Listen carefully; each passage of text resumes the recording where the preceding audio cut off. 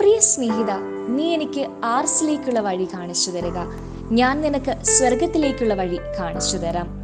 ദൈവഭക്തി മങ്ങിപ്പോയ ആർസ് എന്ന കൊച്ചു ഗ്രാമത്തിൽ ഇടവക വികാരിയായി നിയമിതനായ വിയാനിയച്ചൻ അവിടേക്കുള്ള വഴി അറിയുവാൻ ഒരു ഇടയ ചെറുക്കന്റെ സഹായം തേടുന്ന വാക്കുകളാണിവ.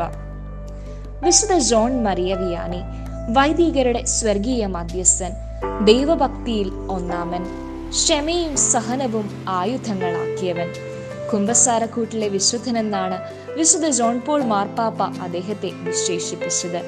പാപികളുടെ മാനസാന്തരത്തിന് വേണ്ടി മണിക്കൂറുകൾ കുമ്പസാരക്കൂട്ടിൽ പാപികൾക്കായി കാത്തിരുന്നവൻ. ആർസ് എന്ന കൊച്ചു ഗ്രാമത്തിലെ വികാരിയായിരുന്ന വിശുദ്ധ ജോൺ മരിയ വിയാനിയുടെ തിരുനാൾ ദിനം ആഗസ്റ്റ് 4. രൂപത വൈദികരുടെ മധ്യസ്ഥനായി മാറിയ അദ്ദേഹത്തിന്റെ ജീവിത വിശുദ്ധിയും സേവന മനോഭാവവും വിശുദ്ധ പദവിയിലേക്ക് അദ്ദേഹത്തെ ഉയർത്തി. ഓരോ ബലിയിലും ഈശോയോടൊപ്പം മുറിയപ്പെടുവാൻ, കൃപാവരത്തിന്റെ കൂദാശകൾ പരിക്രമം ചെയ്യുവാൻ, ബലിപീഠത്തെ പ്രണയിക്കുവാൻ, നിന്റെ ജനത്തിനു വേണ്ടി പ്രാർത്ഥിക്കുവാനും ശുശ്രൂഷ ചെയ്യുവാനും നീ തിരഞ്ഞെടുത്ത എല്ലാ ഇടവക വൈദികർക്കും തിരുനാൾ ആശംസകൾ.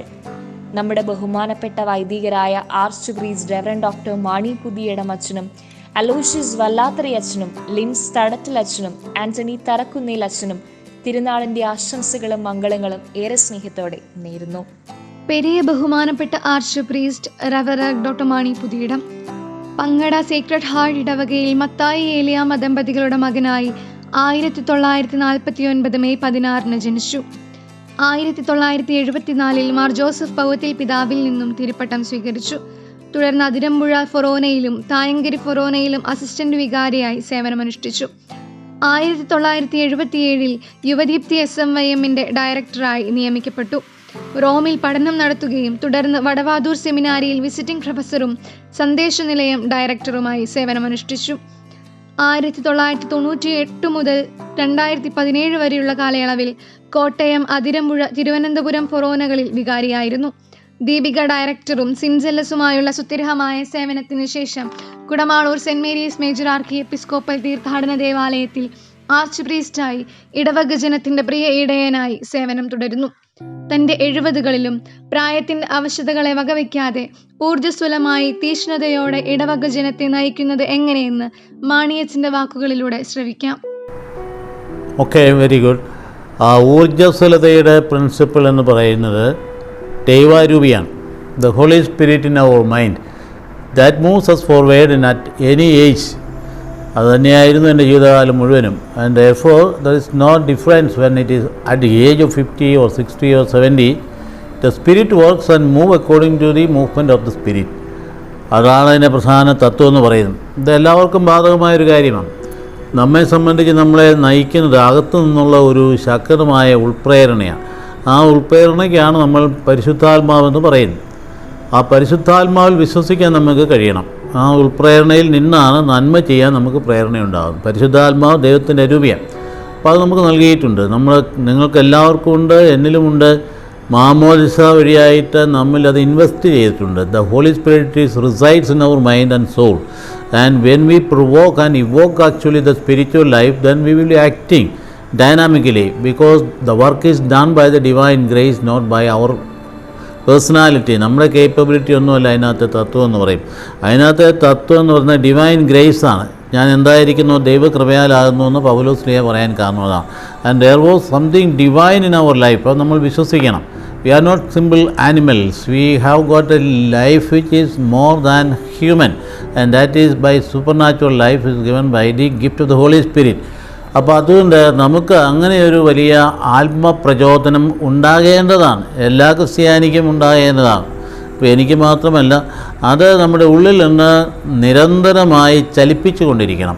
ഹോളി സ്പിരിറ്റ് നമുക്ക് തന്നിരിക്കുന്ന ഒരു തീക്കട്ട ചാരത്തിൽ കിടക്കുന്ന പോലെയാണ്. തീക്കട്ട ചാരത്തിൽ കിടന്ന ചാരം വന്ന് മൂടി അത് അവിടെ ഉണ്ടെന്നാരും അറിയില്ല. പിന്നെ അത് ഊതി തെളിയിച്ച് വരുമ്പോഴാണ് അത് കത്തുന്നത്. അപ്പോൾ അതുകൊണ്ട് in any human person who is baptised, the spirit is inside and resides there, provided when you provoke the spirit then spirit will come out. അപ്പോൾ ആ വിധത്തിലായിരിക്കണം നിങ്ങൾ നിങ്ങളുടെ ജീവിതത്തെ കാണേണ്ടതെന്നാണ് എനിക്ക് പറയാനുള്ളത്. അതായത് നമുക്ക് നന്മ ചെയ്യാൻ ആ ദൈവം ഈ ജീവിതം തന്നിരിക്കും. അത് ഓരോ സെക്ടറിലുള്ളവരും അതിൻ്റെതായ ലൈനിലാണ് നന്മ ചെയ്യും. അപ്പോൾ ഒരു ഡോക്ടർ ആണെങ്കിൽ he actually approach the patient as the client, as the load approaches and then four giving the healing. അത് സൗഖ്യം പ്രദാനം ചെയ്യുന്ന ദൈവമാണ് എന്ന് പറഞ്ഞതുപോലെ തന്നെ മറ്റേ if you are design engineer, you are planning and designing, and that is the work of the Lord, and you are planning and actually you are building up a society, building up a community.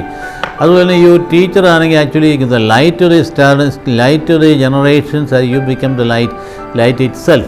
അപ്പോൾ എന്ന് പറഞ്ഞതുപോലെയാണ് every walk of life has got a role which is related to the divine in his personality, that only can remain.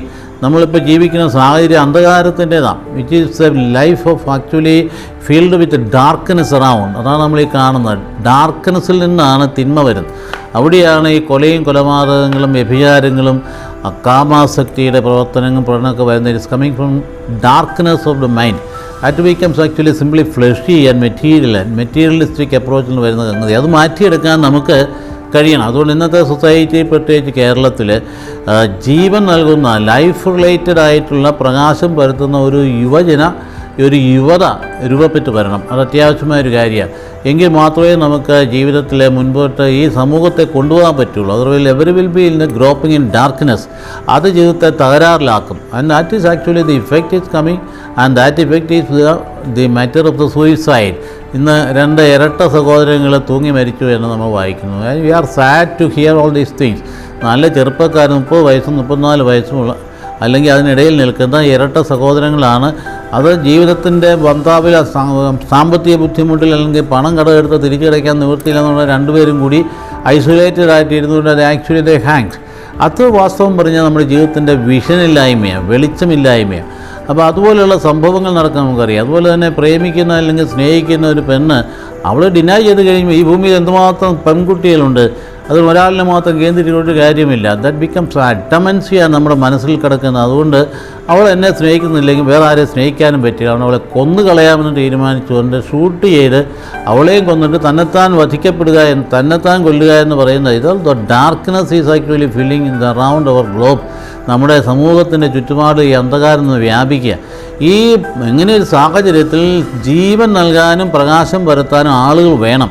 അതിനകത്ത് പിന്നെ അലസമായിട്ടിരിക്കാൻ പറ്റില്ല. You have to be dynamic. അത് അത്യാവശ്യമായ കാര്യം. പ്രത്യേകിച്ച് youngsters, especially the youth in the church has to be alive. അവർ കിൻഡിൽഡായിട്ട് നിൽക്കണം, കൊത്തി ജ്വലിക്കുന്നവരായിരിക്കും. എങ്കിൽ മാത്രമേ പ്രകാശ സമൂഹത്തെ പരക്കുകയുള്ളൂ. അതുകൊണ്ട് നിങ്ങൾ എന്നോട് ചോദിച്ച ചോദ്യം നല്ല ചോദ്യമാണ്. Why and how I am dynamic എന്ന് ചോദിച്ചാൽ, dynamism is coming from the divine grace. അത് it is not my personal. അത് ദൈവത്തിൻ്റെ കൃപയിൽ നിന്ന് വരുന്നതാണ്. It comes in the mind and then we are acting and then so moving the people. അതാണ് എനിക്ക് അതിനെക്കുറിച്ച് നിങ്ങൾ പറയാനുള്ളത്. പൗരോഹിത്യ ജീവിതവും അതിൽ തന്നെ ഇടവക അജപാലന ജീവിതവും തിരഞ്ഞെടുക്കുവാനുണ്ടായ കാരണം എന്തായിരുന്നു? വൈദിക ജീവിതം എന്ന് പറയുന്നത് സമർപ്പിത ജീവിതമാണ്. അത് ഏതെങ്കിലും ഒരു പ്രൊഫഷനല്ല. 2 വ്യത്യാസമുണ്ട്. ഒരു profession and vocation, they are different. Profession എന്ന് പറയുമ്പോൾ you are attain a profession according to your skill and you work for it and then you attain that. ഇതങ്ങല്ല. This is coming from the inner voice, ഉൾവിളിയാണ്. അതാണ് vocation എന്ന് പറയുന്നത്. ഒരു വൈദിക അർപ്പണം അല്ലെങ്കിൽ സന്യാസ അർപ്പണം എന്ന് പറയുന്നത് ഉൾവിളിയിൽ നിന്നുണ്ടാകുന്നതാണ്.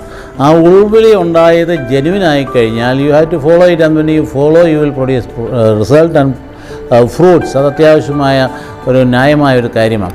അതാണ് അതിൻ്റെ തത്വം എന്ന് പറയുന്നതാണ്. അതായത് ദൈവ വിളി എന്ന് പറയുന്നത് അല്ലെങ്കിൽ വൈദിക ജീവിതം എന്ന് പറയുന്നത് അത് ഉൾവിളിയിൽ നിന്ന് വരുന്നതാണ്. സാധാരണഗതിയിലെ വീടുകളിൽ എന്നാൽ ഇങ്ങനെ ഒരു പ്രൊഫഷൻ തിരഞ്ഞെടുത്തേക്കാമെന്ന് നോക്കുമ്പോൾ അച്ഛന്മാരൊക്കെ നല്ല ഭംഗിയായിട്ട് ഡീസൻ്റായിട്ട് നടക്കുന്നു, റെസ്പെക്റ്റ് ചെയ്യപ്പെടുന്നു, അതുകൊണ്ട് അടിച്ചു പൊളിച്ച് നടക്കുന്നു എന്നൊക്കെ പറഞ്ഞ് എന്നാൽ അങ്ങനെ ആകേക്കാമെന്ന് വിചാരിച്ചാൽ അത് ചെന്ന് കോൺട്രഡിക്റ്റ് ചെയ്യപ്പെടും. അങ്ങനെയുള്ള ജീവിതം നിലനിൽക്കില്ല. അത് ഭംഗിയായ രീതിയിൽ പോകത്തില്ല. കാരണം വൈദ്യൻ്റെ ജീവിതം നിലനിൽക്കുന്നത് അകത്ത് നിന്ന് ഉള്ളിൽ നിന്ന് വരുന്ന ശക്തിയിൽ നിന്നാണ്. ആ ശക്തി ഉണ്ടെങ്കിൽ മാത്രമേ ബാക്കി കാര്യങ്ങളൊക്കെ. വൈദ്യ ജീവിതത്തിന് അതിൻ്റെതായ ഗ്ലാമറുണ്ട്, പാസ്റ്റ് ലൈഫിൽ പ്രത്യേകം അതിൻ്റേതായ അതോറിറ്റിയുണ്ട്, അതിൻ്റേതായ ആധികാരികതയുണ്ട്, ഒക്കെയുണ്ട്. പക്ഷെ അതൊന്നും വലിയ കാര്യമുള്ള കാര്യമല്ല. ഇതൊക്കെ ഒരു പക്ഷേ നഷ്ടപ്പെട്ടു പോയേക്കാം. But what is important is the inner voice. അവിടെ ഒരു ശക്തമായിട്ടുള്ള ആത്മാവിൻ്റെ പ്രചോദനം വരുന്നത്. അതാണ് അതിൻ്റെ തത്വം എന്ന് പറയുന്നത്. ഇൻ ജനറൽ ഇപ്പം നല്ല വൈദികരൊക്കെ ആ വിധത്തിൽ തന്നെ അവരുടെ ഉൾവിളിയെ ഫോളോ ചെയ്യുന്നവരാണ്. They are happy also even at the end of the life they are very happy because they are discharging duties according to that inner voice. എൻ്റെ കാര്യം പറഞ്ഞാൽ ഞാൻ അച്ഛനാകാൻ ആഗ്രഹിച്ച ആളല്ല. ഞാൻ മറ്റൊരു തരത്തിലുള്ള വ്യാപരിച്ചിരുന്നയാളാണ്. ഞാൻ കോളേജിൽ പഠിച്ചതിന് ശേഷമാണ് സെമിനാരിൽ പോകാനൊരു വിളിയുണ്ടാകുന്നത്. I was actually a first student, അല്ലെങ്കിൽ ഒരു കോളേജിലെ ടോപ്പ് മോസ്റ്റ് സ്റ്റുഡൻ്റ് ആയിരുന്നു ഇൻ മൈ SLC എക്സാം. അപ്പോൾ അങ്ങനെയുള്ള ഘട്ടങ്ങളിൽ എൻ്റെ പ്രൊഫസേഴ്സ് ആവശ്യപ്പെടും you must become a doctor എന്നാണ്. അപ്പോൾ അതുകൊണ്ട് ഞാൻ ആ ഡോക്ടറാകാനായിട്ട് തന്നെ സെക്കൻഡ് ഗ്രൂപ്പ് അന്ന് എൻട്രൻസ് ഒന്നും ഇല്ലായിരുന്നാണ് സെക്കൻഡ് ഗ്രൂപ്പ് എടുത്തിട്ട് പഠിച്ച വഴിക്ക് അവസരത്തിൽ that was an age between 16, 17 and 18. അതാണ് വാസ്തവത്തിൽ ഷാർപ്പായിട്ട് നമ്മളെ ചിന്തിപ്പിക്കുന്ന ഒരു പ്രായമാണ്. When I came to the town from a distant village, എൻ്റെ വില്ലേജ് എന്ന് പറയുന്നത് പാമ്പാടിക്കടുത്ത് പങ്ങട എന്ന് പറയുന്ന സ്ഥലമാണ്. ദാറ്റ്സ് എ വെരി ഒരു പ്രിമിറ്റീവ് വില്ലേജാണ്. ആ വില്ലേജിൽ നിന്ന് 10ാം ക്ലാസ് കഴിഞ്ഞ് അറ്റ് ദാറ്റ് ടൈം അന്നത്തെ കാലഘട്ടത്തിൽ കോട്ടയത്ത് വന്ന് പഠിക്കുക എന്ന് പറയുന്നത് സംതിങ് ഗ്രാൻഡ് കാലത്തിലെ ആളുകൾ കാണുന്നു. അപ്പോൾ അങ്ങനെ കോട്ടയത്ത് വന്ന ടൗണിൻ്റെ മധ്യത്തിലേക്ക് എത്തി. ടൗണിൻ്റെ മധ്യത്തിൽ എത്തുമ്പോൾ ടൗൺ ലൈഫ് എക്സ്പീരിയൻസ് ചെയ്തു. അങ്ങനെ വരുമ്പോഴാണ് thinking about the meaning of life. ആ ലൈഫിൻ്റെ പോക്ക് എങ്ങനെ, പ്രത്യേകിച്ച് എൻ്റെ പ്രായത്തിലെ ആൾക്കാർ അവിടെ എത്തിക്കഴിയുമ്പോഴത്തേക്ക് കുറേ പിള്ളേരൊക്കെ അത് ഭയങ്കരമായി ഓവർ ഫ്രീഡം കാണിക്കുന്നതായിട്ട് എനിക്ക് തോന്നി. അതുകൊണ്ട് ദേവർ വേ ഔട്ടായിട്ട് അല്ലെങ്കിൽ ഔട്ട് ഓഫ് ദ വേ ആയിട്ട് ബിഹേവ് ചെയ്യുന്നതായിട്ട് കാണാൻ തുടങ്ങി. അപ്പോൾ അങ്ങനെ ചില സാഹചര്യം ഉണ്ടായിക്കഴിയുമ്പോൾ I was thinking about the meaning of life. ഞാൻ പോന്നിരിക്കുന്നതിന് വേണ്ടിയിട്ടാണ്. But when I came to a particular group of around 80 students in one class in CMS college, I was thinking about what is actually the meaning of life. അങ്ങനെ വന്ന ഒരു സാഹചര്യമുണ്ടായി. സാഹചര്യം എന്ന് പറഞ്ഞാൽ actually the faith was question. I was the only 1 or 2 Catholics in that class and therefore we were looked down upon. കാത്തലിക്സിൻ്റെ ഒരു centre അല്ലാതായിരുന്നു Kottayam. അപ്പോൾ അങ്ങനെ വരുമ്പോൾ കാത്തലിക് ലൈഫിനോട് അവർക്ക് അത്ര താല്പര്യമില്ല, അവേർഷൻ ഉണ്ടായിരുന്നു. And sometimes some professors actually they criticize the Catholic Church when they were taking the classes on Reformation or Renaissance, they were attacking the Catholic Church. They even attacked even the presence of Jesus, even the Holy Eucharist. Once upon a time, so happened that one professor attacked the presence of the Lord in the Eucharist. Then I retorted, I reacted, and I asked him, "You have no right to question my faith." I had that courage at that time because my faith was shaken or faith was questioned by the professor. അപ്പോൾ അങ്ങനെ ഒരു ചോദ്യം ചോദിച്ചപ്പോൾ there was a pin drop silence in my class, and then I was a little bit afraid. After that period, I just went to consult to one retired priest who was the principal of the SP College, Father William. വളരെ പ്രഗത്ഭനായ ഒരു പ്രിൻസിപ്പലായിരുന്നു വില്യമച്ചൻ, നേര്യമ്പറമ്പിൽ വില്യമച്ചൻ എന്ന് പറയുന്നത്. അങ്ങേരെ retire ചെയ്ത് കഴിഞ്ഞപ്പോൾ DBAയിൽ വന്ന് സാധാരണ കുട്ടികളുടെ DBAയുടെ ഭാഗത്തുണ്ടാവുകയും പ്രിൻസിപ്പലച്ചനായിരുന്നുകൊണ്ട് കുട്ടികളോട് താല്പര്യം കാണിക്കുകയും വരുന്നതും പോവുകയും ചെയ്യുന്നവർ ഗ്രീറ്റ് ചെയ്യുകയും. അപ്പോൾ ആ അവസരത്തിൽ I use to make confession with him. അങ്ങേരുടെ അടുത്ത് പോയി കുമ്പസാരിക്കാനൊക്കെ പൊയ്ക്കൊണ്ടിരുന്നു. അപ്പോൾ അതുകൊണ്ട് I actually rush to the priest father William. I told him that such an incident took place in my class. അതുകൊണ്ട് I am afraid. What are you afraid and why are you afraid? എന്നെ ചിലപ്പോൾ അവർ suspend ചെയ്യാൻ ഇടയുണ്ട്. Because I question the professor in the class. Why did you question? I question because he actually attacked my faith.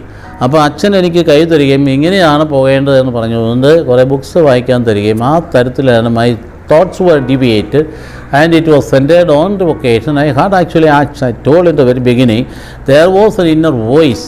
ദൈവത്തിൻ്റെ ഒരു സ്വരം എനിക്ക് ഉള്ളിൽ കേട്ടു, you have to redirect your life. അത് ആരും പറഞ്ഞിട്ടില്ല. എൻ്റെ അപ്പൻ പറഞ്ഞില്ല, അമ്മ പറഞ്ഞില്ല, സഹോദരങ്ങൾ ആരും പറഞ്ഞില്ല. ഞാൻ വീട്ടിൽ വന്ന +2 സെക്കൻഡ് ഇയറിൻ്റെ അവസാനമായപ്പോൾ പറഞ്ഞു I want to go to seminary എന്ന് പറഞ്ഞപ്പോൾ ദേ വെയർ ഓൾ ഇൻഡിഫറൻറ്റ്. ചിലർ എതിരുമായിരുന്നു. നീ എന്തിനാ ഇങ്ങനെ പോകുന്നത്? Actually they thought I will become a doctor. അപ്പോൾ അങ്ങനെ ആ വിധത്തിൽ കണ്ടുകൊണ്ട് അവരിങ്ങനെ നീ എന്തിനാ ഇങ്ങനെ പോകുന്നതെന്നുള്ളൊരു ഇൻഡിഫറൻറ്റ് ആറ്റിറ്റ്യൂഡായിരുന്നു. ബട്ട് അമ്മ മാത്രം actually took a position which was very positive. Yes, if you like that you go എന്ന് പറഞ്ഞു. അപ്പൻ എന്നോട് പറയും if you go you should not come back. പിന്നെ അന്നത്തെ കാലത്ത് സെമിനാരിൽ പോയിട്ട് തിരിച്ചു വരിക എന്നൊക്കെ പറയുമ്പോൾ ഒന്ന് ഭയങ്കര ഹ്യൂമിലിയേഷനാണ്. അതുകൊണ്ട് അപ്പൻ അങ്ങനെ പറയും so if you go okay I have no problem but you should not come back എന്ന രീതിയിൽ എന്നോട് സംസാരിക്കും. ഞാൻ പറഞ്ഞു don't worry about that, I am going and following my voice which is heard in my heart and mind. ആ വിധത്തിലാണ് വാസ്തവത്തിൽ ദൈവവിളി എന്ന് പറയുന്ന സംഗതി. അതുകൊണ്ട് I never doubted my vocation all throughout my seminary life. പല ആൾക്കാരും സെമിനാരി കയറി കഴിയുമ്പോൾ ഫിലോസഫിയൊക്കെ പഠിച്ച് കഴിയുമ്പോൾ ദൈവവിളി ഉണ്ടോ ഇല്ലയോ എന്നൊക്കെ ചർച്ച ചെയ്യുകയും സംസാരിക്കുകയും ചെയ്ത ഘട്ടങ്ങളിൽ I had never doubted because I was sure, because I am called and that calling is genuine and sincere, and therefore that actually even after becoming a priest I never looked back and I was very happy. അതുകൊണ്ട് തന്നെയാണ് ദൈവവചനം പഠിക്കാനുള്ള ഒരു ഒക്കേഷനൊക്കെ കിട്ടാൻ ഇടയായെന്ന് ഞാൻ കരുതുകയാണ്. അതായത് സാധാരണ ഒരു വൈദികൻ അച്ഛനായി കഴിഞ്ഞാൽ പിന്നെ 2-3 വർഷം അസിസ്റ്റൻ്റായി, അത് കഴിഞ്ഞിട്ട് നേരെ പിന്നെ പോയി വികാരിയായി, അത് കഴിഞ്ഞ പല പള്ളികൾ ട്രാൻസ്ഫറായി, അങ്ങനെ ട്രാൻസ്ഫർ ആയിക്കഴിഞ്ഞ് കുറേ 10-20 പള്ളി ആകുമ്പോഴത്തേക്കാണ് ഇപ്പോൾ എൻ്റെ ഏജിലെത്തുക. പക്ഷേ എന്നെ സംബന്ധിച്ച് ഞാനൊരു 4 പള്ളികളിലേ ഇരുന്നിട്ടുള്ളൂ. അതിന് മുമ്പ് ഒരു 6 മാസത്തോളത്ത് പള്ളിയിലിരുന്നു. 4.5 പള്ളിയിൽ വേണമെങ്കിൽ പറയാം. അതിനിടയിൽ സംഭവിച്ചിട്ടുണ്ടെന്ന് I was sent for higher studies and I was made the director of youth and Michelin and cases and vocation. After that I was sent to Rome for higher studies, and actually this was all the guiding vocation by the divine providence. ദൈവപരിപാലനയിൽ അങ്ങനെ സംഭവിച്ചു. അവിടെ പോയി അതുകൊണ്ട് I got the time to study in Israel, to study in Paris, study in Rome and all over the wonderful cities where I had to go for this research work. And then actually it was a humble time. It's a good time to reflect much more on vocation. ലോക ജനതയെക്കുറിച്ച് പഠിക്കാനും സംസ്കാരത്തെക്കുറിച്ച് പഠിക്കാനും ഒക്കെ വലിയൊരു അവസരമുണ്ടായി. അതൊക്കെ വലിയ ഒരു മുതൽക്കൂട്ടായിട്ട് ഞാൻ കണ്ടു. ആ വിധത്തിലാണ് അങ്ങനെ അന്ന് പഠനകാലങ്ങൾ പെട്ടെന്ന് 6 വർഷം പെട്ടെന്ന് കടന്നുപോയി. പിന്നെ I was made the director of Sunday for actually a long 12 years.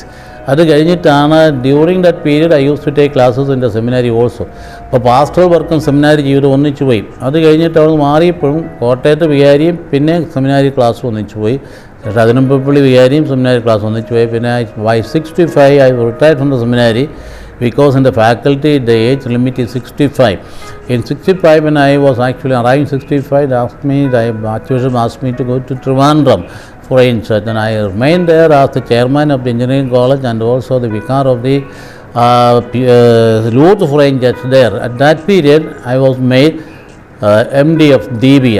അങ്ങനെ ദീപിയയിലേക്ക് എത്തി. ദീപിയയുടെ പീരീഡ് എൻ്റെ കാലാവധി പീരീഡ് കഴിഞ്ഞപ്പോഴാണ് കുടമാറിലേക്ക് എത്തുന്നത്. അപ്പോൾ പെട്ടെന്ന് അതിവേഗത്തിൽ കാലങ്ങൾ കടന്നുപോയി. Because the whole throughout my life was so busy and therefore it is just like a glimpse that life has gone and reach this time.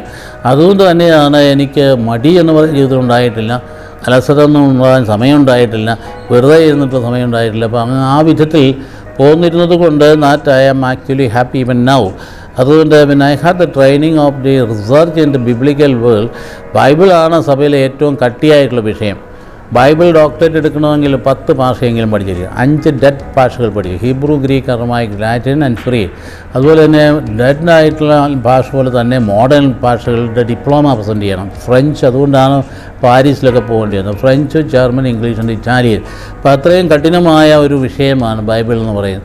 ഇവിടെ ആൾക്കാർ പെന്തക്കോസ്തുകാർ ബൈബിൾ വ്യാഖ്യാനിക്കുന്നതല്ല. But we have to study the Bible in detail എന്ന് പറഞ്ഞാൽ അതിൻ്റെ കോൺടെക്സ്റ്റിൽ അത് എഴുതിയ ഭാഷയിൽ പഠിക്കണം, ഒറിജിനൽ ഭാഷയിൽ പഠിക്കണം. അപ്പോൾ അതുപോലെ തന്നെ Bible is written by 1100 years. അത്രയും പഴക്കമുള്ള ലോകത്തിലെ ഏറ്റവും വലിയ ഗ്രന്ഥമാണ് ബൈബിൾ. ഏറ്റവും കൂടുതൽ ട്രാൻസ്ലേറ്റ് ചെയ്യപ്പെടുന്ന ഗ്രന്ഥവുമാണ് ബൈബിൾ. 1100 വർഷങ്ങൾ രൂപപ്പെട്ടതാണ്. അതുകൊണ്ട് when you interpret the Bible portion you must understand that have been interpreted according to its context, its tradition and also it is അതിൻ്റെ റിഡാക്ഷൻ, ഇങ്ങനെയുള്ള കാര്യങ്ങളെല്ലാം നമ്മുടെ സബ്ജക്റ്റായി വരിക. അതുകൊണ്ട് തന്നെ ലോകത്തിൽ ഏറ്റവും കൂടുതൽ റിസർച്ച് നടക്കുന്ന വിഷയവും ബൈബിൾ തന്നെയാണ്. നിങ്ങൾ ഇസ്രായേലിൽ ചെന്നാൽ കാണാൻ സാധിക്കും, കോടികൾ ഡോളേഴ്സ് മുടക്കിക്കൊണ്ട് അമേരിക്ക അതുപോലെ വമ്പൻ രാജ്യങ്ങളൊക്കെ റിസർച്ച് നടക്കുന്നത്. റിസർച്ച് മീൻസ് ഓൾഡ് ടെസ്റ്റ്മെൻറ്റ് പീരീഡിലെ കാലഘട്ടങ്ങളുടെ മണ്ണ് തപ്പിയെടുത്തിട്ട് ഇപ്പോൾ ചെല്ലെങ്കിൽ സോളമൻ്റെ കാലഘട്ടത്തിൻ്റെ കുതിരലായും എടുത്ത് പൊക്കി വെച്ചിരിക്കുന്നത് കാണാം. അപ്പോൾ എന്തുമാത്രം കുഴിച്ച് എന്നാൽ അതൊക്കെ കണ്ടെത്തുക. ഇതുപോലെ റിസർച്ച് നടക്കുന്ന ഒരു പുസ്തകമാണ് ബൈബിൾ എന്ന് പറയും. അതാണ് വേർഡ് ഓഫ് ഗോഡ് എന്ന് പറയാൻ സംഗതി. അപ്പോൾ അതുപോലെ പഠന വിഷയമായിരിക്കുന്ന വിഷയമാണ്. അത് പഠിക്കാനും പഠിപ്പിക്കാനും പറ്റും. അതിനാണ് ഏറ്റവും എക്സ്പെൻസീവായിട്ടുള്ള ഒരു പഠനമാണ്. റോമിൽ പഠിക്കുമ്പോൾ ഏറ്റവും കൂടുതൽ പണം ചിലവഴിക്കപ്പെടുന്നത്, അല്ലെങ്കിൽ വത്തിക്കാനിൽ നിന്ന് സ്കോളർഷിപ്പെങ്കിലും സ്കോളർഷിപ്പിൽ പണം മേടിച്ച് ഞങ്ങൾ കൊണ്ട് യൂണിവേഴ്സിറ്റി കൊടുക്കുക. അപ്പം എത്രമാത്രം കെട്ടുകണക്കിന് ഡോളർ വേണം യൂണിവേഴ്സിറ്റി കൊണ്ട് ഓരോ വിഷയത്തിനും കൊടുക്കാൻ. അതുപോലെ പണം ചിലവാക്കിയിട്ടാണ് ഒരു വ്യക്തിയെ ബൈബിൾ ഡോക്ടറായിട്ട് തിരിച്ചുവിടുന്നത്. അപ്പം അങ്ങനെ ഒരു പ്രതിബദ്ധത സഭയോട് വത്തിക്കാനോട് ഉണ്ടെന്നുള്ളതുകൊണ്ട് തന്നെയാണ് ജീവിതത്തിൻ്റെ ഏത് നിമിഷവും mind is concentrated on the word of God and duty bound to proclaim the word of God and to the last breath. അപ്പോൾ അതുകൊണ്ട് ആ വിധത്തിലാണ് ഈ ജീവിതത്തെ കാണുന്നത്. അതുകൊണ്ട് എന്നോട് ചോദിച്ച ചോദ്യം ദൈവവിളിയെക്കുറിച്ചാണ്. ദൈവവിളി എന്ന് പറയുന്നതിൻ്റെ സംഗതി ഇപ്രകാരമാണ്. അത് ദൈവത്തിൻ്റെ തീരുമാനം, നമ്മുടേതല്ല. നമ്മളെ സെലക്ട് ചെയ്യുന്നതല്ല. It is actually given to us as a gift. അപ്പോൾ അതുകൊണ്ട് അത് കണ്ടെത്തിക്കഴിഞ്ഞാൽ, അത് കിട്ടിക്കഴിഞ്ഞാൽ then actually we are happy and we are moving in the hand of God with actual complete peace and joyfulness and also with dynamism and actually with vision and executive power. There is no problem for us to face the problem of the life, because problem of the even of the world, whatever is taking place in the world or in the nation, we can be interpreted in the context of the Bible. നമുക്കിപ്പോൾ ചരിത്രം നടക്കുന്ന ഏതൊരു കാര്യവും വേദപുസ്തകം ചരിത്രം വെച്ച് കുറിച്ച് interpret ചെയ്യാനുള്ള എളുപ്പമാണ്. ഇപ്പോൾ ഒരു മഹാമാരി ഇവിടെ ഉണ്ടായിരിക്കും. മഹാമാരി ഉണ്ടാകുമ്പോൾ ഇതിന് എന്താ മീനിങ് എന്നുള്ള അപ്സെറ്റ് ആകുന്ന ആൾക്കാർ, പക്ഷേ ഒരു ബൈബിൾ പഠിച്ച ആൾ ഒട്ടും അപ്സെറ്റ് ആവില്ല. കാരണം ഹിസ്റ്റോറിക്കൽ കോണ്ടക്സ്റ്റുകളിൽ ഇതുപോലുള്ള സംഭവങ്ങൾ ദൈവം അനുവദിച്ചിട്ടുണ്ട് ഫോർ ദി പ്യൂരിഫിക്കേഷൻ ഓഫ് മൈൻകൈൻഡ്. ദൈവത്തിൻ്റെ ഇടപെടലാണ് മനുഷ്യനെ ഒന്ന് വിശുദ്ധീകരിക്കാൻ. നിങ്ങൾക്ക് തന്നെ ഇപ്പം മനസ്സിലായല്ലോ, യങ്സ്റ്റേഴ്സാണ് ഈ ഒരു സംഗതി വന്നതുകൊണ്ട് തന്നെ മനുഷ്യൻ എന്തെങ്കിലും ഒതുങ്ങി ഭയങ്കരമായിട്ട് റിഫ്ലക്റ്റീവായിട്ട് ക്യാരക്ടർ വളരാൻ തുടങ്ങി. ഒരുപാട് സൈഡ് ഇഫക്റ്റ് നെഗറ്റീവായിട്ടുണ്ടെങ്കിലും പോസിറ്റീവ് ഇഫക്റ്റാണ് കൂടുതൽ. സൈഡ് ഇഫക്റ്റ് നെഗറ്റീവായിട്ടുണ്ട്. മനുഷ്യർ ഡിപ്രഷൻ കടന്നു വരുന്നു, സാമ്പത്തിക തകർച്ച കടന്നു വരുന്നു, രോഗങ്ങൾ കയറി വ്യാപിക്കുന്നു, മരണങ്ങൾ കണ്ടമാനമാകും. എങ്കിൽ തന്നെയും ഇതുപോലെയുള്ള മഹാമാരികൾ ധാരാളമായി ചരിത്രത്തിൽ ഉണ്ടായിട്ടുണ്ട്. അതിനെയൊക്കെ ഇൻ്റർപ്രറ്റ് ചെയ്തിട്ടുണ്ട് പ്രവാചകന്മാർ. അപ്പോൾ അതൊക്കെ അത് ദൈവത്തിൻ്റെ കരങ്ങളുണ്ട്. ദൈവത്തിൻ്റെ കര ഉയർന്നു നിൽക്കുന്നു എന്ന് എപ്പോഴും യേശയ്യാ പ്രവാചകൻ പറയാൻ കാരണം ഇതാ. അപ്പോൾ അതൊരു മനുഷ്യൻ്റെ അഹന്തയ്ക്ക് കിട്ടിയ അടിയാണ് വാസ്തവത്തിൽ ഈ കോവിഡ് എന്ന് പറയുന്നത്. അഹങ്കാരത്തിന് കിട്ടിയ അടിയാണ്.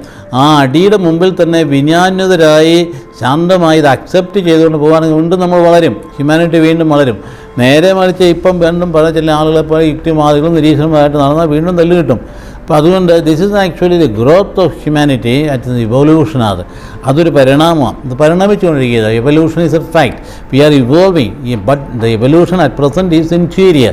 അകത്ത എവല്യൂഷൻ നടക്കേണ്ടത്, സ്പിരിച്വാലിറ്റി ഉള്ളിൽ നടക്കേണ്ടത്. നമ്മൾ ലോകത്തിൽ നടക്കുന്ന ഓരോ തിന്മകളും നോക്കുമ്പോൾ, suppose in Nigeria people are killed, Christian എന്ന പേര് കിട്ടാൽ മതി, ബാക്കിയുള്ളത് കൊന്നുകളയാം. That means they are in the pre Old Testament പീരിയഡിൽ ജീവിക്കുന്നു, എവല്യൂഷനിൽ എത്തിയിട്ടില്ല. അവരങ്ങനെ അവിടെ ജീവിക്കുന്നത്, they want to live their own kingdom and they want to kill all others who do not participate in their faith. അത് വാസ്തവം പറഞ്ഞ് വളരെ താഴ്ന്ന അധോഗതിയിലുള്ള അടിമ സംസ്കാരത്തിന് വരുന്ന. അപ്പോൾ ലോകത്തിൻ്റെ വിവിധ ഭാഗങ്ങൾ ഇതുപോലെ ഇവോൾവ് ചെയ്തവരൻ്റെ. ഇപ്പോൾ നമ്മുടെ evolution in our state or in a country should be in the line of spirituality, in the communion and give and take. ആ വിധത്തിലാണ് ഇവോൾവ് ചെയ്ത് പോകേണ്ടത്. അപ്പോൾ അതുകൊണ്ട് അങ്ങനെയാണ് നമ്മൾ ജീവിതത്തെ കാണുന്നത്. അതുകൊണ്ട് വേദപുസ്തകം പഠിച്ചത് കൊണ്ടുള്ള ഒരു നന്മ ഇതാണ്, we can interpret and we can give meaning to any and every incident taking place in human life. അപ്പോൾ ആ വിധത്തിൽ കാണുമ്പോൾ നിങ്ങൾ ചോദിച്ച ചോദ്യത്തിന് ഉത്തരമായോ എന്ന് എനിക്കറിയാൻ പാടില്ല. എന്തുകൊണ്ടാണ്, എവിടെ നിന്നാണ് ഈ വിളി ഉണ്ടായെന്ന് ചോദിച്ചാൽ, it is coming from the bounty of divine grace. ബഹുമാനപ്പെട്ട അലോഷ്യസ് വല്ലാത്രയച്ചൻ, അതിരമ്പുഴ സെന്റ് മേരീസ് ഫൊറോന ഇടവകയിൽ ജോസ് ലീലാമ്മ ദമ്പതികളുടെ മകനായി 1976 സെപ്റ്റംബർ 16 ജനിച്ചു. 2011 മാർ ജോസഫ് പെരുന്തോട്ടം പിതാവിൽ നിന്നും തിരുപ്പട്ടം സ്വീകരിച്ചു. പച്ച, ചെക്കിടിക്കാട്, തൃക്കൊടിത്താനം, കോട്ടങ്ങൽ, തടിയൂർ, എഴുമറ്റൂർ, പടഹാരം, മണിമല, പാണ്ടങ്കേരി എന്നീ ഇടവകകളിലെ സുത്യർഹമായ സേവനത്തിന് ശേഷം കുടമാളൂർ മേജർ ആർക്കി എപ്പിസ്കോപ്പൽ തീർത്ഥാടന ദേവാലയത്തിൽ അസിസ്റ്റന്റ് വികാരിയായി സേവനമനുഷ്ഠിച്ചു പോരുന്നു. ആദ്യ കുർബാന സ്വീകരണം കഴിഞ്ഞപ്പോൾ ആണ് ഒരു ദൈവങ്ങളെക്കുറിച്ചൊരു ചിന്തയുണ്ടായത്. അന്ന് ആദ്യ കുർബാന സ്വീകരണം നടത്തിയത് മാന്നാനം പള്ളിയിൽ വെച്ച് അലക്സാണ്ടർ കൂലിപ്പരയച്ചനായിരുന്നു. അച്ഛൻ്റെ സൗണ്ടും അച്ഛൻ്റെ രീതികളൊക്കെ എനിക്കൊരു ആകർഷകമായിരുന്നു. അപ്പോൾ തന്നെ ഒരു ആഗ്രഹം മനസ്സിലുണ്ടായിരുന്നു. എന്നാൽ പിന്നീട് അത്ര ഒരു സന്തോഷത്തിലൂടെ പോകാൻ സാധിച്ചില്ല. പിന്നീട് 10ാം ക്ലാസ് കഴിയുമ്പോഴത്തേക്ക് കപ്പൂച്ചിൻ സെമിനാരിയിലാണ് ക്യാമ്പിനായിട്ട് പോകുന്നത്. എന്നാൽ അവിടെ സ്വീകരിച്ചില്ല. അപ്പോൾ അതിനെക്കുറിച്ച് പറഞ്ഞു വന്നപ്പോൾ വിചാരിച്ചൻ രൂപതയിലേക്ക് അങ്ങനെ പോകണമെന്ന് പറഞ്ഞു. അവിടെ ക്യാമ്പിന് പോയിട്ടില്ലായിരുന്നു. എന്നിരുന്നാലും ഒരു ദിവസം അവിടെ ചെന്ന് താമസിച്ച് കഴിഞ്ഞപ്പോൾ അവിടെ സെലക്ഷൻ കിട്ടുകയാണ് ചെയ്തത്.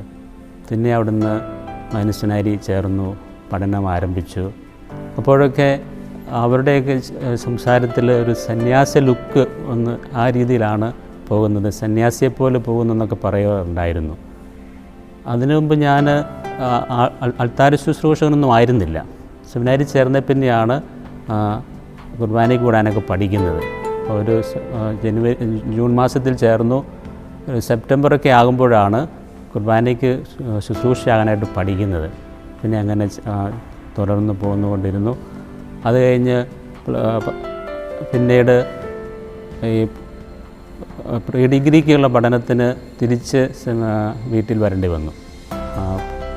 പ്രീ ഡിഗ്രി കഴിഞ്ഞിട്ട് പിന്നെ തിരിച്ച് സെമിനാരിലേക്ക് പോവുകയാണ്. അപ്പോഴും അവിടെ ഒരു സന്യാസിലൊക്കെ എപ്പോഴും അവർ പറയാറുണ്ട്, വികാരിച്ചനും അതുപോലെ റെക്ടച്ചനൊക്കെ പറയുമായിരുന്നു, ഒരു സന്യാസിയെപ്പോലെ, എന്നാൽ എല്ലാ അച്ഛന്മാരും സന്യാസിയെപ്പോലെ രൂപതാവൈദികനായിട്ട് ജീവിക്കാൻ സാധിക്കുമെന്നും പറയാറുണ്ടായിരുന്നു. അങ്ങനെ പോയി റീജൻസിയൊക്കെ കഴിഞ്ഞപ്പോഴും പിന്നീട് ചില അസുഖങ്ങളുണ്ടായിരുന്നു, ശാരീരികമായ അസ്വസ്ഥതകൾ, പഠിക്കാനൊക്കെ ബുദ്ധിമുട്ടുണ്ടാകുന്നുണ്ടായിരുന്നു. അൾസർ പോലുള്ള അസുഖങ്ങൾ വന്നപ്പോൾ അവിടെ റീജൻസി കംപ്ലീറ്റ് ചെയ്തിട്ട് പിന്നീട് തിയോളജിക്ക് പോകാൻ സാധിച്ചില്ല. പിന്നീട് പല സ്ഥലത്തും സന്യാസഭയിൽ പോകാനൊക്കെ പറഞ്ഞ് എന്നെ അവിടുന്ന് വിടുകയുണ്ടായി. അപ്പോഴൊക്കെ അങ്ങനെ അന്വേഷിച്ചുകൊണ്ടിരുന്നു. പിന്നീട് പല സ്ഥലത്തും പോയി അന്വേഷിച്ചിട്ട് അപ്പോൾ അവർ പറയുന്നത് രൂപതാവൈദികനാകുന്നതാണ് ഇപ്പം നല്ലതെന്നുള്ള രീതിയിൽ അവരും പറയായിരുന്നു. അപ്പോൾ CMIയിലൊക്കെ പലയിടത്തും അന്വേഷിച്ചു. പിന്നീട് എനിക്കൊരു പ്രചോദനം കാരിസ്പോനിൽ നിന്ന് കിട്ടിയിട്ടുണ്ടായിരുന്നു. അവിടെ 9ാം ക്ലാസ്സിൽ പഠിക്കുമ്പോൾ സമയത്താണ് അവിടെ കൺവെൻഷനൊക്കെ ആരംഭിക്കുന്നത്. അപ്പോൾ അതിനൊരു പ്രചോദനം, മഞ്ഞാക്കലച്ഛൻ്റെ ഒരു പ്രത്യേകമായ പ്രചോദനം, അച്ഛൻ്റെ പ്രഭാഷണങ്ങളും അച്ഛൻ്റെ സംസാരമൊക്കെ എനിക്ക് ഇത്രയേറെ സന്തോഷകരമായിരുന്നു. പിന്നീട് ഇവിടെ വൈദികനായതിനു ശേഷം ആദ്യമായിട്ട് പച്ചയിലാണ് ശുശ്രൂഷയ്ക്ക് പോകുന്നത്. അത് 2 വർഷം അവിടെ പച്ചയിൽ ശുശ്രൂഷയെ 2011 ഓർഡിനേഷൻ കഴിഞ്ഞ് 14 വർഷങ്ങളുടെ അവിടെയായിരുന്നു. അപ്പോൾ അവിടെ ചെന്നപ്പോൾ ഒത്തിരി സന്തോഷമായിരുന്നു. വീടുകളിലൊക്കെ പോകാനും സൺഡേ സ്കൂളിലൊക്കെ പ്രവർത്തിക്കാനും ഒക്കെ ഒത്തിരി സന്തോഷമായിരുന്നു. പിന്നീട് 2ാമത് തൃക്കൊടിത്താനത്ത് വന്നു. അവിടെയും എല്ലാ ഭവനങ്ങളിലും സന്ദർശിച്ചു. 1.5 വർഷത്തോളം അവിടെ ശുശ്രൂഷ ചെയ്തു. ആ അവസരത്തിൽ ഒരു 100 വീടുകളാണ് ഉണ്ടായിരുന്നുള്ളൂ. അപ്പോൾ അവിടുന്ന് ട്രാൻസ്ഫർ ആയ സമയത്ത് പിതാവ് ചോദിച്ചു, എന്തുകൊണ്ടാണ് ആ വീടുകളിൽ മാത്രം പോകാൻ സാധിക്കാമെന്ന് ചോദിച്ചപ്പോൾ വിചാരിച്ചും പറഞ്ഞത് എന്തായാലും ട്രാൻസ്ഫർ ആയതുകൊണ്ട് അവിടെ പോകാൻ സാധിച്ചില്ല എന്ന്. പിന്നീട് കോട്ടാങ്കൽ പള്ളിയിലാണ്, മണിമല ഫൊറോനയിലെ കോട്ടാങ്കലാണ് ശുശ്രൂഷയ്ക്കായിട്ട് പോകുന്നത്. അവിടെയും 2 വർഷത്തോളം ശുശ്രൂഷ ചെയ്തു. അപ്പോൾ അവിടെ നിന്നുള്ള ഒത്തിരി സന്തോഷമുണ്ടായിരുന്നു. കുട്ടികൾക്കൊക്കെ ഒത്തിരി ഇഷ്ടമായിരുന്നു. അപ്പോൾ അവിടെ മുതിർന്ന അച്ഛന്മാരായിരുന്നുകൊണ്ട് ഞാൻ ചെന്ന സമയത്ത് കുട്ടികൾക്കൊക്കെ വലിയ സന്തോഷമാണ്. അവർക്ക് ഫ്രീ ആയിട്ട് ഇടപെടാൻ പറ്റുന്നു. അപ്പോൾ അവർ ഓടി വന്നുള്ള അവരുടെ പെരുമാറ്റമൊക്കെ എനിക്ക് ഒത്തിരിയേറെ സന്തോഷമായിരുന്നു. പിന്നീട് 2 ചെറിയ പള്ളികളുടെ വികാരിയായിട്ട് വന്നു, തടിയൂർ, എഴുമറ്റൂർ. അവിടെയും 2 വർഷത്തോളം ശുശ്രൂഷ ചെയ്തു. പിന്നീട് പടഹാരം പള്ളിയിലേക്കാണ് വന്നത്. അവിടെ വെച്ചൊരു ആക്സിഡൻ്റ് ഉണ്ടായപ്പോഴാണ് അത് പിന്നെ ശരിയായിട്ട് ശുശ്രൂഷ ചെയ്യാൻ സാധിക്കുന്നില്ലായിരുന്നു. കൈയൊക്കെ ഒടിഞ്ഞൊരു കമ്പിയൊക്കെ ഇട്ടിരിക്കുകയാണ്. ആ അവസരത്തിൽ പിന്നീട് ഉള്ള പ്രവർത്തനങ്ങളിലൊക്കെ ഒത്തിരിയേറെ ബുദ്ധിമുട്ട് വന്നു. നമ്മുടെ ആരോഗ്യ പ്രശ്നം ഉണ്ടായിരുന്നെങ്കിൽ അത് കൺട്രോളിൽ നിൽക്കുമായിരുന്നു. പിന്നീട് അത് നമ്മുടെ കൺട്രോളിൽ നിൽക്കാത്ത രീതിയിൽ വന്നു. അപ്പോൾ ശുശ്രൂഷകൾക്ക് ഒത്തിരി തടസ്സമുണ്ടായി. ഇപ്പോഴും അതിൻ്റെ ഒരു അനുഭവം, വിഷമമുണ്ട്. ശരിക്കും ശുശ്രൂഷ ചെയ്യാൻ സാധിക്കാതെ തന്നെ. പലരും ചോദിക്കും, കഴിഞ്ഞ ആദ്യത്തെ പള്ളികളൊക്കെ നന്നായിട്ട് ചെയ്തിട്ട് ഇപ്പോൾ എന്ത് പറ്റി? അപ്പോൾ എനിക്ക് പറയാനുള്ളത് കഴിഞ്ഞതിനെ പറഞ്ഞുകൊണ്ടിരുന്നിട്ട് കാര്യമില്ല. ഇപ്പോഴെന്ത് ചെയ്യുന്നു എന്നുള്ളതാണ്. ഇപ്പോഴത് ദൈവം നൽകിയതനുസരിച്ച് അത്യാവശ്യം ചെയ്യാൻ സാധിക്കുന്നുണ്ട്. എന്തായാലും പലരും ചോദിക്കുന്നത്, ഇപ്പോഴിത്രയും എക്സ്പീരിയൻസ് ഉണ്ടായിട്ട് എന്തുകൊണ്ട് ഒരു നവവൈദികനെ അതുപോലെ പോലും ചെയ്യാൻ സാധിക്കാത്ത എന്നുള്ള ചോദ്യമുണ്ട്. അപ്പോൾ അവിടെയും കർത്താവ് എന്നെ പ്രത്യേകം നിയോഗിച്ചിരിക്കുന്നു, ഇത്രയും ചെയ്യാൻ സാധിക്കുന്നതിലുള്ള ഒരു സന്തോഷമാണ് എനിക്കുള്ളത്. അപ്പോൾ ഇവിടുത്തെ യുവജനങ്ങൾ പലപ്പോഴും ഇടപെട്ടില്ല എങ്കിൽ പോലും അവരുടെ സ്നേഹം ഒത്തിരി അനുഭവിക്കുന്നുണ്ട്. അവരെ പ്രത്യേകം പരിഗണിക്കുന്നു. അവരുടെ കൂടെ എല്ലാം ഒത്തിരി ഇടപെടാതെ ഇരുന്നിട്ട് പോലും അവർ പ്രത്യേകം പരിഗണിക്കുന്ന സന്തോഷം എനിക്കിപ്പോഴും ഉണ്ട്. അപ്പോൾ ഈ പടമാളൂർ വരാൻ സാധിച്ചത് ഇപ്പോൾ അൽഫോൻസാമ്മയുടെ സഹനത്തെയൊക്കെ പ്രത്യേകം മനസ്സിലാക്കുന്നുണ്ട്. നമുക്കുണ്ടായ സഹനം, തിരസ്കരണങ്ങൾ വരുമ്പോഴും അൽഫോൻസാമ്മ എങ്ങനെ നേരിട്ടോ, അപ്പോൾ അത് കുറച്ചൊക്കെ എനിക്ക് പ്രചോദനമാണ്. അതിന് സന്തോഷിക്കുന്നു ഇവിടെ ആയിരിക്കാൻ സാധിച്ചതിൽ. അപ്പോൾ ഇങ്ങനെ ദൈവവിളി മുന്നോട്ട് പോകുന്നു. നിങ്ങളുടെ പ്രാർത്ഥനയിലൊക്കെ എന്നെ ഓർക്കുക. ഈശോ നിങ്ങളെ അനുഗ്രഹിക്കട്ടെ. ഫാദർ ലിൻസ് തടത്തിൽ, പാറമ്പുഴ ബേത്ലഹേം ഇടവകയിൽ KM ഫ്രാൻസിസ് ലിസി ദമ്പതികളുടെ മകനായി 1993 മെയ് 22 ജനിച്ചു. കുറിച്ചി, ഉജ്ജയിൻ, വടവാതൂർ എന്നീ സെമിനാറുകളിൽ പഠനം നടത്തുകയും 2020 മാർ തോമസ് തറയിൽ പിതാവിൽ നിന്നും തിരുപ്പട്ടം സ്വീകരിക്കുകയും ചെയ്തു. 4 കോടി സെന്റ് തോമസ് പള്ളിയിലെ സുത്യർഹമായ സേവനത്തിന് ശേഷം കുടമാളൂർ ഇടവകയിൽ അസിസ്റ്റന്റ് വികാരിയായി സേവനമനുഷ്ഠിക്കുന്നു.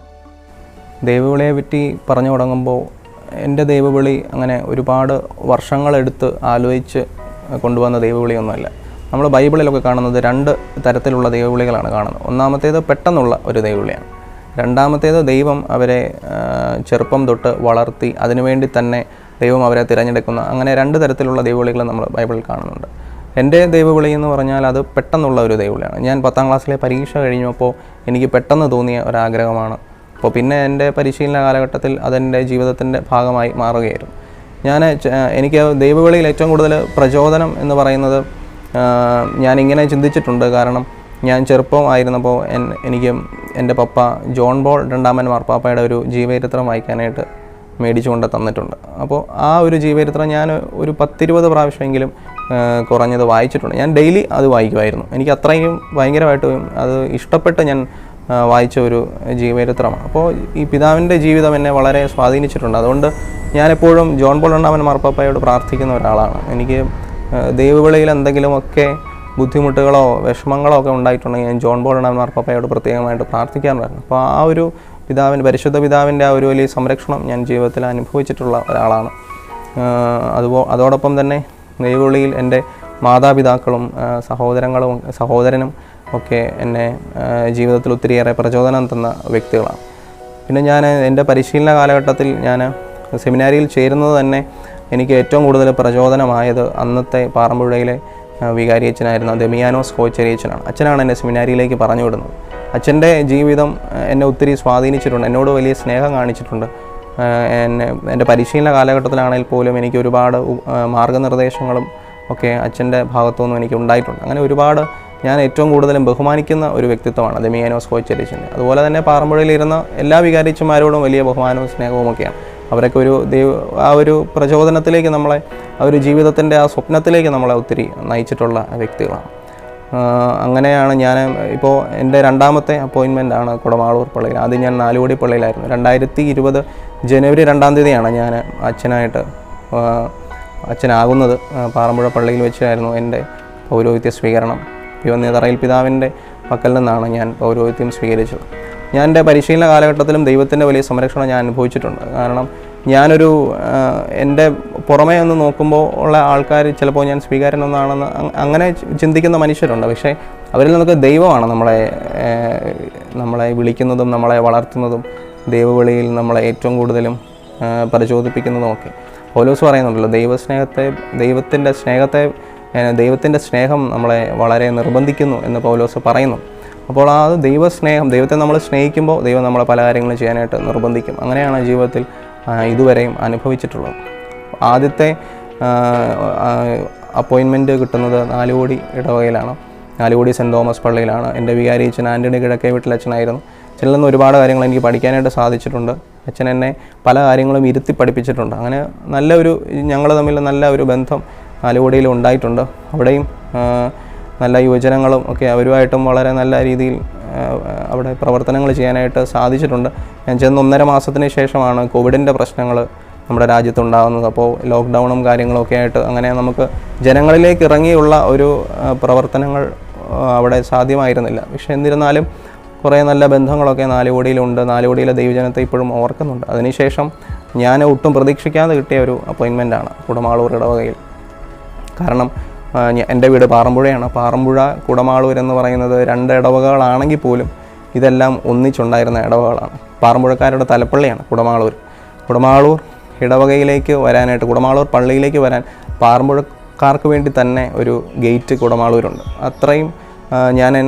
അത്രയും ബന്ധമാണ് കുടമാളൂർ ഇടവകയോട് പാറമ്പുഴക്കാർക്കുള്ളത്. അതായത് സ്വന്തം ഇടവക തന്നെ. തലപ്പള്ളി എന്ന് പറയുമ്പോൾ മനസ്സിലാകുമല്ലോ, സ്വന്തം ഇടവക തന്നെയാണ്.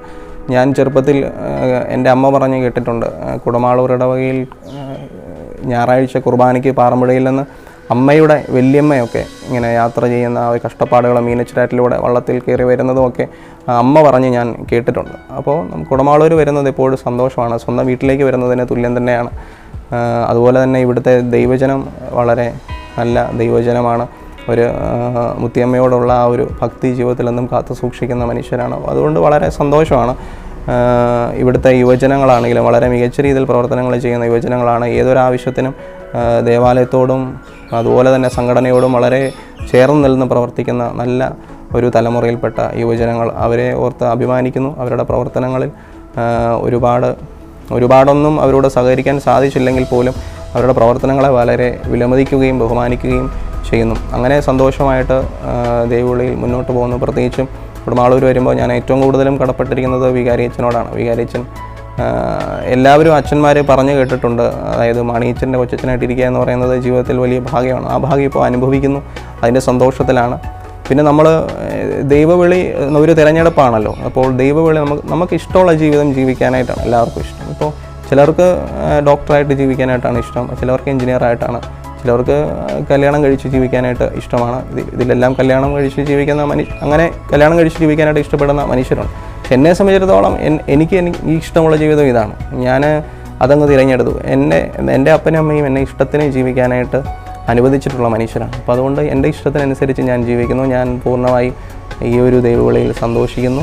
ഈ ഒരു ഇത് തിരഞ്ഞെടുക്കുവാനായിട്ട് ദൈവം എനിക്ക് അവസരം തന്നതിനെ ഓർത്ത് ദൈവത്തിന് നന്ദി പറയുന്നു. എല്ലാ ദൈവജനത്തിനും എല്ലാ കുടമാളൂർക്കാർക്കും വിയാനി പുണ്യവാളൻ്റെ തിരുനാളിൻ്റെ മംഗളങ്ങളും അതോടൊപ്പം തന്നെ പൗരോഹിത്യ ദിനത്തിൻ്റെ മംഗളങ്ങളും ഒത്തിരി സ്നേഹത്തോടെ നേർന്നുകൊള്ളുന്നു. ദൈവം എല്ലാവരെയും അനുഗ്രഹിക്കട്ടെ. ഫാദർ ആന്റണി തറക്കുന്നേൽ തിരുവനന്തപുരം ലൂർദ് ഇടവകയിൽ ടോമി ജാൻസി ദമ്പതികളുടെ മകനായി 1990 ജാനുവരി 12 ജനിച്ചു. കുന്നോത്ത്, സത്ന എന്നീ സെമിനാരികളിലായി പഠനം നടത്തുകയും മാർ ജോസഫ് പെരുന്തോട്ടം പിതാവിൽ നിന്നും 2020 ഡിസംബർ 31 തിരുപ്പട്ടം സ്വീകരിക്കുകയും ചെയ്തു. Kudamaloor Saint Mary's major archiepiscopal തീർത്ഥാടന ദേവാലയത്തിൽ അസിസ്റ്റന്റ് വികാരിയായി സേവനമനുഷ്ഠിക്കുന്നു. എൻ്റെ ദൈവങ്ങളുടെ ഒരു പശ്ചാത്തലം അല്ലെങ്കിൽ എൻ്റെ ഇടവക വൈദികനാകുക എന്നുള്ള എൻ്റെ ഒരു ആഗ്രഹവും അല്ല അതിൻ്റെ ഒരു ചരിത്രമൊക്കെ പരിശോധിച്ചാൽ എൻ്റെ ഏറ്റവും പഴയൊരു ഓർമ്മ ഒരു 4ാം ക്ലാസ് മുതൽ തന്നെ ഞാൻ വൈദികനാണെന്നുള്ളൊരു ആഗ്രഹമുള്ളിലുള്ളതായിട്ട് എനിക്ക് ഓർമ്മയുണ്ട്. അതിനുശേഷം അങ്ങനെ ഒരു പൗരോഹിത്യ ജീവിതം സ്വപ്നം കണ്ട് അതിനുവേണ്ടി തയ്യാറെടുക്കുന്നു, പ്രാർത്ഥിക്കുന്നു, അതൊക്കെ എൻ്റെ മനസ്സിലുണ്ട്. അപ്പോഴും ഞാൻ ഓർക്കുന്നത് സൺഡേ സ്കൂളിലൊക്കെ ആക്റ്റീവായിട്ട് നിന്നിരുന്ന സമയം, അൾത്താര ബാലനായിട്ട് നിന്നിരുന്ന സമയം, മിഷൻ ലീഗിൽ പ്രവർത്തനമായിട്ട് നിന്നിരുന്ന സമയമൊക്കെ അതൊക്കെ ഒത്തിരി ആ കാലഘട്ടമൊക്കെ എന്നെ ഒത്തിരി സ്വാധീനിച്ചതാണ്. അതോടൊപ്പം തന്നെ ആ സമയത്തൊക്കെയും ഒത്തിരി വൈദികർ, പ്രത്യേകിച്ച് കൊച്ചന്മാരായിട്ടുണ്ടായിരുന്നവരൊക്കെയും അടുത്ത് അറിയാവുന്നൊരു അനുഭവ കാലഘട്ടമൊക്കെ ആയിരുന്നു. അപ്പോൾ അവർ പലതരത്തിൽ ഒന്നല്ലെങ്കിൽ പലതരത്തിൽ എന്നെ സ്വാധീനിച്ചിട്ടുണ്ട്. അപ്പോൾ അതിൽ എടുത്തു പറയുന്ന ഒരു വൈദികനാണ് ജോർജ് പ്ലാപ്പള്ളിൽ അച്ഛൻ മരിച്ചുപോയി. അച്ഛൻ എന്നെ ഒത്തിരി സ്വാധീനിച്ചു. പ്രത്യേകിച്ച് ഞാനൊരു സെമിനാരി ചേരുന്ന തൊട്ടടുത്ത കാലഘട്ടത്തിൽ ആ സമയത്തൊക്കെയും 2 വർഷത്തോളം അച്ഛൻ അവിടെ ഉണ്ടായിരുന്നു. അപ്പോൾ ആ സമയത്ത് അച്ഛൻ്റെ കൂടെ ഒപ്പം നടന്ന് അച്ഛൻ്റെ കൂടെ യാത്ര ചെയ്ത് അങ്ങനെ അച്ഛൻ്റെ ഒപ്പമായിരുന്നു സൺഡേ സ്കൂളിലെ മത്സരങ്ങളുടെ സമയത്ത് അല്ലെങ്കിൽ കലോത്സവങ്ങളുടെ സമയത്തൊക്കെയും അച്ഛൻ്റെ കൂടെ നടന്നൊരു അനുഭവം എനിക്ക് ഭയങ്കര സ്വാധീനിച്ചതാണ്. അച്ഛൻ ഭയങ്കര ആക്റ്റീവായിരുന്നു, അങ്ങനെ ഇടവയ്ക്ക് വേണ്ടി അങ്ങനെ നന്നായിട്ട് അധ്വാനിച്ചൊരു മനുഷ്യനായിരുന്നു. അപ്പോൾ അങ്ങനെ ഒരു ഓർമ്മ കൊണ്ട് ഭയങ്കര ഏറ്റവും അടുത്ത കാലം സെമിനാരി ചേരുന്ന തൊട്ട് മുമ്പ് വളരെ സ്വാധീനം ചെലുത്തിയിട്ടുണ്ട്. ഞാൻ ആദ്യം ശരിക്കും പറഞ്ഞു കഴിഞ്ഞാൽ ഒരു സലേഷൻ സഭയിൽ ചേരണമെന്നുള്ള ആഗ്രഹത്തോടെ ഇരുന്ന മനുഷ്യനാണ്. അപ്പോൾ അവിടെ 6ാം ക്ലാസ് മുതൽ അവരുടെ ബോർഡിംഗ് ഹൗസിൽ പഠിച്ച് വൈദികനാകണം എന്നുള്ള രീതിയിൽ നേരത്തെ പോകാമല്ലോ എന്നുള്ളത്. പക്ഷേ അതിനുശേഷം ഞാൻ പിന്നെ കപ്പൂച്ചിനിൽ വൈദികനാകാനായിട്ട് ആഗ്രഹിച്ചു. കാരണം എൻ്റെ പേരിൻ്റെ നാമധാരി അന്തോനീസ് ആണല്ലോ. അപ്പോൾ പുള്ളി കപ്പൂച്ചിനായതുകൊണ്ട് എൻ്റെ ഒരു അങ്കിള് കപ്പൂച്ചിനിലുണ്ടായിരുന്നു. അപ്പോൾ ഈ 2 കാരണം കപ്പൂച്ചിൻ അച്ഛനാകണം എന്നുള്ളൊരു ആഗ്രഹം എനിക്കുണ്ടായിരുന്നു. ഈ ആഗ്രഹം പറഞ്ഞ് ഞാൻ 10ാം ക്ലാസ് പഠിച്ചുകൊണ്ടിരുന്ന സമയത്ത് എൻ്റെ ഇടവക വികാരിയായിരുന്നു ജോൺ വി തടത്തലച്ഛനുണ്ട്. അച്ഛനോട് ഞാൻ സൂചിപ്പിച്ചു അച്ഛൻ ഇങ്ങനെ പോകണമെന്ന് പറയുമ്പം അച്ഛൻ എന്നോട് പറഞ്ഞു, എടാ നീ ഇടവകയ്ക്ക് ചേരണം എന്ന് പറഞ്ഞു. അച്ഛൻ പറഞ്ഞൊരു കാരണമുണ്ടായിരുന്നു. അച്ഛൻ പറഞ്ഞത് നമുക്ക് ഇടവകയിൽ ധാരാളം ദൈവവിളികളില്ല, അപ്പോൾ അതുകൊണ്ട് തന്നെ നീ ഇടവക വൈദികനായിട്ട് ചേരണം, എന്നിട്ട് നിൻ്റെ സ്വാധീനം കൊണ്ട് അല്ലെങ്കിൽ നിൻ്റെ മാതൃ കണ്ടിട്ട് ഒത്തിരി പേര് സെമിനാരി ചേരണം, അങ്ങനെ ധാരാളം ദൈവവിളികൾ ഉണ്ടാകാനുള്ളൊരു കാരണമായിട്ട് നീ മാറണം എന്ന് പറഞ്ഞുകൊണ്ട് അച്ഛൻ പറഞ്ഞൊരു കാര്യം എനിക്ക് വളരെ ഹൃദ്യമായിട്ട് തോന്നി. അത് വളരെ നല്ലൊരു കാര്യമല്ലേ ഞാനും ചിന്തിച്ചു. അപ്പോൾ അങ്ങനെയാണ് ഞാൻ ഇടവക വൈദികൻ എന്നുള്ള നിലയിലേക്ക് തിരിയാനുണ്ടായിട്ടൊരു സാഹചര്യം. അപ്പം അങ്ങനെ പെട്ടെന്നുള്ളൊരു ചിന്തയും പെട്ടെന്നുള്ളൊരു മാറ്റമായിരുന്നു ഒരു സന്യസ്ത വൈദികനിൽ നിന്നും ഒരു ഇടവക വൈദികൻ എന്നുള്ള നിലയിലുള്ള എൻ്റെ മാറ്റം. അതുപോലെ തന്നെ സെമിനാരി ചേർന്ന കാലഘട്ടം മുതൽ പിന്നീട് ഇടവക വൈദികൻ എന്നുള്ള നിലയിൽ പരിശീലനമൊക്കെ നേടി വന്നിരുന്നു. പിന്നെ എടുത്തു പറയേണ്ട ഒരു വ്യക്തിയാണ് എൻ്റെ അമ്മ. അതായത് ഞാൻ ലോ ഇട്ട കാലം തൊട്ട് ഒരു 7 വർഷക്കാലം, അതിനിടയ്ക്ക് തിയോളജി പഠനം, PG പഠനമൊക്കെ, അങ്ങനെ ഒരു 7 വർഷത്തോളം ഞാൻ ആ സമയം എടുത്തു. ആ ലോ ഇട്ട അന്ന് തൊട്ട് അമ്മ നോമ്പൊക്കെ എടുത്ത് പ്രാർത്ഥിച്ച് ഇറച്ചി മീനൊക്കെ വേണ്ടെന്ന് വെച്ച് എനിക്ക് വേണ്ടിയിട്ട് വേണ്ടെന്ന് വെച്ചിട്ട് പിന്നെ എൻ്റെ പട്ടത്തിനാണ് അമ്മ ആദ്യമായിട്ട് പിന്നീട് ഇറച്ചിയൊക്കെ കഴിക്കാൻ തുടങ്ങിയത്. അപ്പോൾ അങ്ങനെ ഒരു നിമിഷം പോലും വേസ്റ്റാക്കാതെ എനിക്ക് വേണ്ടി പ്രാർത്ഥിച്ച് ഒത്തിരി കൊന്ത അമ്മ ചൊല്ലിയിട്ടുണ്ട്. അപ്പോൾ അങ്ങനെ എൻ്റെ ദൈവവിളിയിൽ ഒത്തിരി പ്രോത്സാഹിപ്പിച്ച് വളർത്തിയ ഒരു വ്യക്തി എൻ്റെ അമ്മയാണ്. അപ്പം അങ്ങനെ ദൈവവിളിയിൽ ഉണ്ടായ വൈദികർ, എൻ്റെ അമ്മ, ഇങ്ങനെയുള്ള ഏറ്റവും അടുത്ത ആളുകളാണ് എൻ്റെ പൗരോഹിത്യത്തിന് കാരണം. പിന്നെ ഇവിടെ ഇടവക ജീവിതം ആരംഭിച്ചു, ഇവിടെ സന്തോഷമായിട്ട് പോകുന്നു, നല്ല ഇടവകയും നന്നായിട്ട് ഞാൻ ആഗ്രഹിച്ച സ്വപ്നം കണ്ട പൗരോഹിത്യം ഇവിടെ ജീവിക്കാനായിട്ട് എനിക്കിപ്പോൾ സാധിക്കുന്നുണ്ട്.